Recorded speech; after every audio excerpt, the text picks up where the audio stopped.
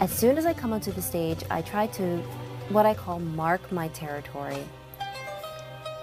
I don't come right out, as you can see, and just sort of walk across the stage. I give the audience a chance to appreciate the costume, my appearance, and I make a connection.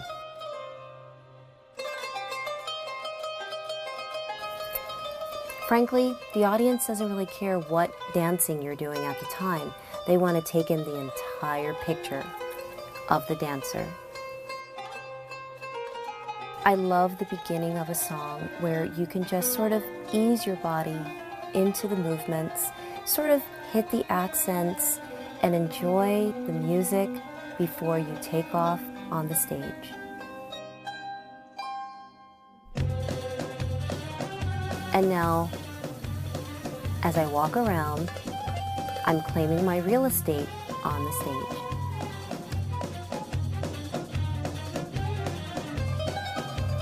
I love connecting with my audience. I love when my audience knows that I am aware of them.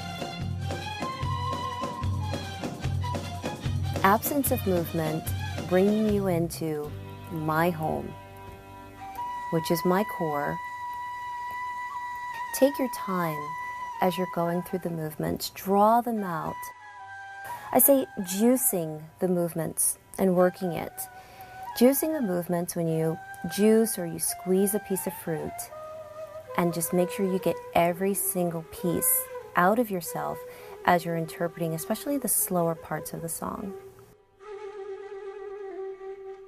Here I change my personality because the song changes. It's happy, it's upbeat, and I'm showing how happy I am. Exuberant.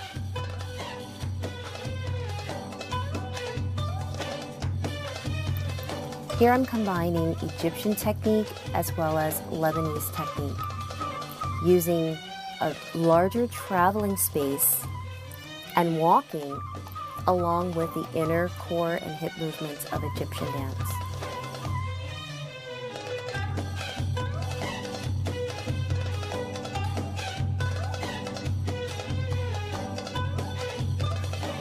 Here I'm about to execute a Lebanese glute pop going backwards. Very common movement in Lebanon with the Lebanese dancers.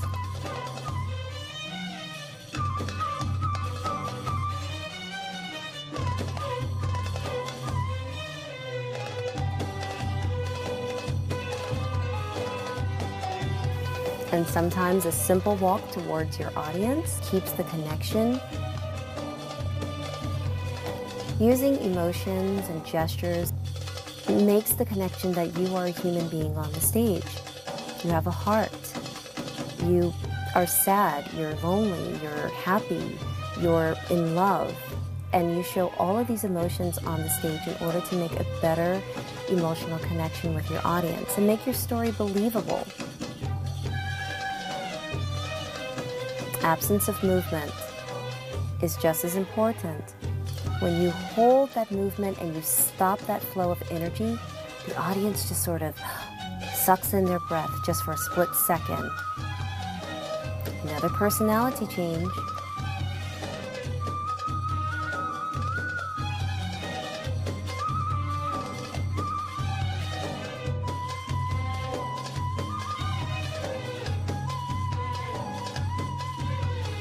As the music slows down,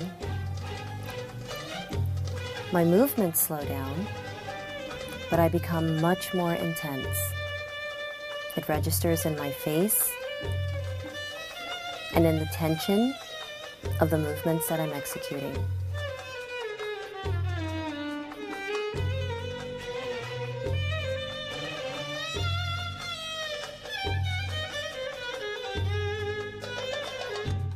On to the drum solo. I absolutely love doing drum solos. I love the somewhat competition between the drummer and the dancer, because not only are you exhilarating and honoring the drummer, but you have to give a good show at the same time.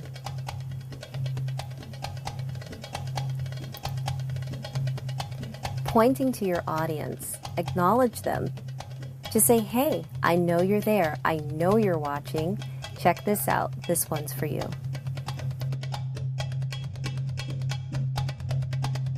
Regardless of your energy level when you're on the stage, try different variations of slowing down a movement but making it very intense, or speeding up a movement and making it very subtle.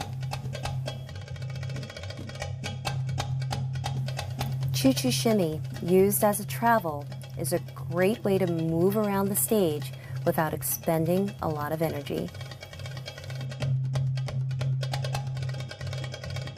I spin a lot in my choreographies. Based on the Lebanese techniques that I've learned, spinning is very common. Using gestures, or sometimes having fun or being a comedian on the stage, again, sets the tone that, hey, you're not just a technical dancer, you're there to have fun. And a reverberation shimmy, not an ounce of tension in the body. As an audience member myself, I always know that the dancers that are really getting into their music, that are really enjoying the music. But on the other hand, the music is also enjoying them. And just enjoy whatever, as I say, skin or pockets of feminine fat that you have on your body. I say, let it move. As long as you're healthy, the dance will respect you. And now I'm quieting the soul and my body. Level changes are a great way to add a little bit more diversity to your dance. You could do the same movement, but just by coming down to the ground a few inches, totally changes the perspective.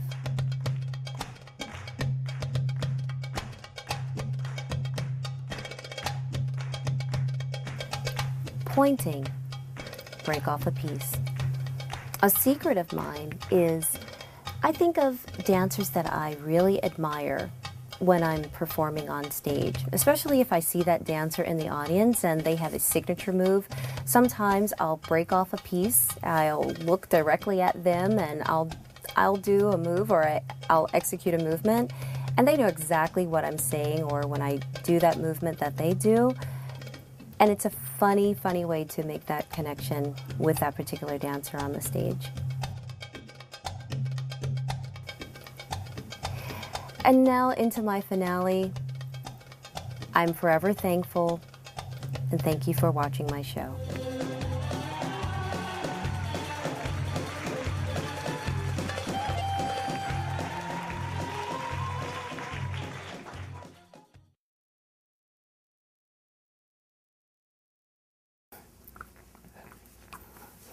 Now, you notice I'm wearing high heels, and I am known as a dancer that wears high heels when I perform.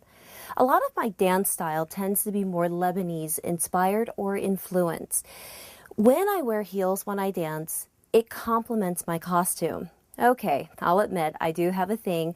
If I wear an expensive costume, I want a matching pair of expensive shoes to go with it, but it's not necessary. I dance barefoot also, but when I wear heels when I dance, my legs are elongated and also elevated. It's like a constant releve. Some of you may think that dancing in heels is pretty hard, but it actually makes the movements easier. You don't have to extend as much in order to get to the heart of the movement. For example, a drop kick. You're pretty much already on releve, so I plie slightly to go into the drop kick. Now, if you're a shoe person, you will see immediately the attractiveness of the movement and the elongated leg. Lebanese dancers do tend to wear shoes. If you check out some of the old footage from, say, the late 1990s or the early 2000s, you will see not quite like the Turkish dancers with the high heel platforms, but they actually wear full out stilettos or thin heels with their costuming. Now, I do believe that a dancer should protect her feet when she's dancing. You never know what kind of surface you're going to run into. I've actually had to dance on concrete and wet grass. And after I had those two experiences, I found that wearing shoes to protect my feet is the best thing for me. But if I can do it in high heels, even better. Now, here are a few tips for wearing high heels or a heel in general. You don't have to wear a heel as high as this, but should you do so, or a 2-inch or a 3-inch, then might I suggest protection for your shoes. Silicone inserts on the back of the heel and at the sole of the foot is very, very, very protective for your feet. I also take my heels to a cobbler, and my cobbler puts a suede or a ballroom dance sole on the bottom of my shoe so it's safer to perform in.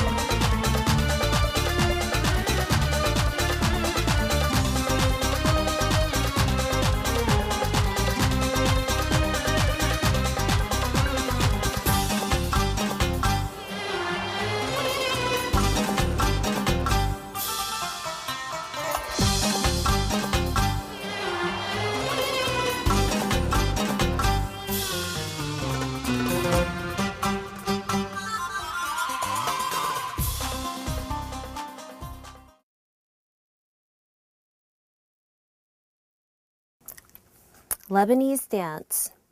A little bit about it. Well, we've already talked about the high heels and their version of Asaya and their dance movement. Lebanese dance style tends to be very rooted in Egyptian foundation, but there's a lot of upward movement as opposed to downward movement. Lots of expansion as opposed to inner control. And a dancer will typically dance with an asaya or a cane. A dancer will enter with a cane, very social, very different from the Egyptian saidi. She will walk through the audience, encouraging others to get up and dance with her before she even steps onto the stage. Once she steps onto the stage, she will do what I like to call acrobatics. She may go into saidi. She will go into a very deep back bend, notice the heels, and come all the way down. Now, I am cheating when I do this. This is just for you. Instead of going all the way into a back bend and risking injuring my back, I'm actually squatting into the movement, pushing my pelvic area and my abs forward and dropping the head. I'm actually balancing on the heel, on the ball of the high heel shoe that I'm wearing. Now, you can do this with no shoes whatsoever. My legs are slightly parted. This is just for your benefit. And I squat down. Now, picture my back is to the audience. As I'm squatting, I'm pushing forward, strong thighs, strong abs, pushing, and I'm dropping my head back. Now let's take this from the audience's perspective. Slightly spread your legs. Now you're going to have on a very pretty skirt, so even if it's a fitted skirt, you can stand about shoulder width apart.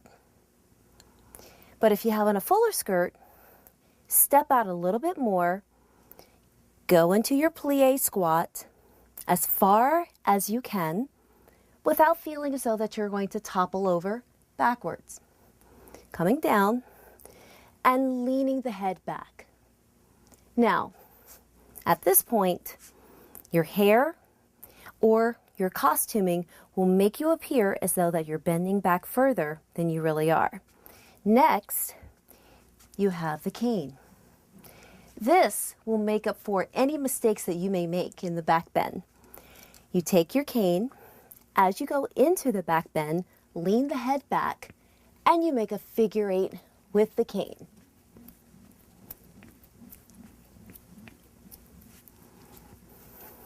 And wait for the applause.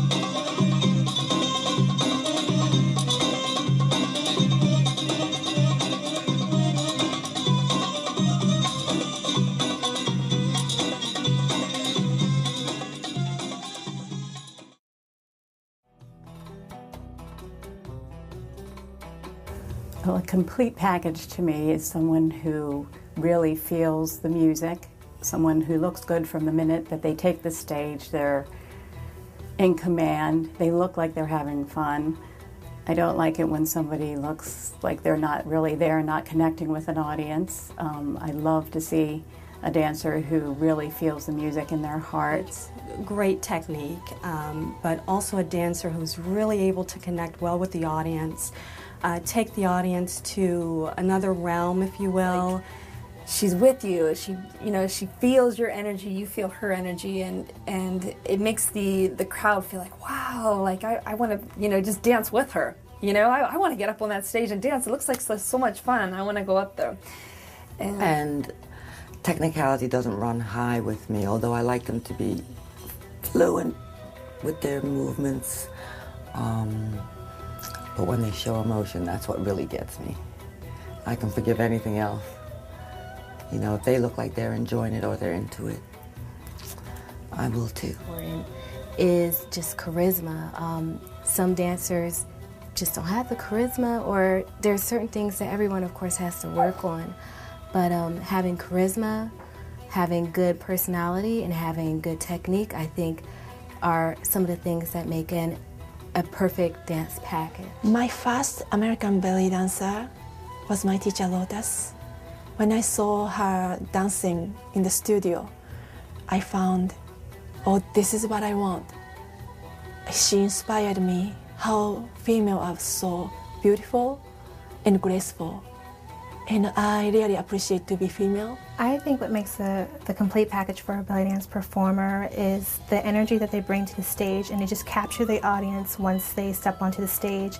It's not just the costume, it goes beyond the costume. It's the smile, it's their energy. It looks like they're looking at you and they're dancing specifically just for you and no one else in the room. And they just keep that energy the whole entire time while they're dancing.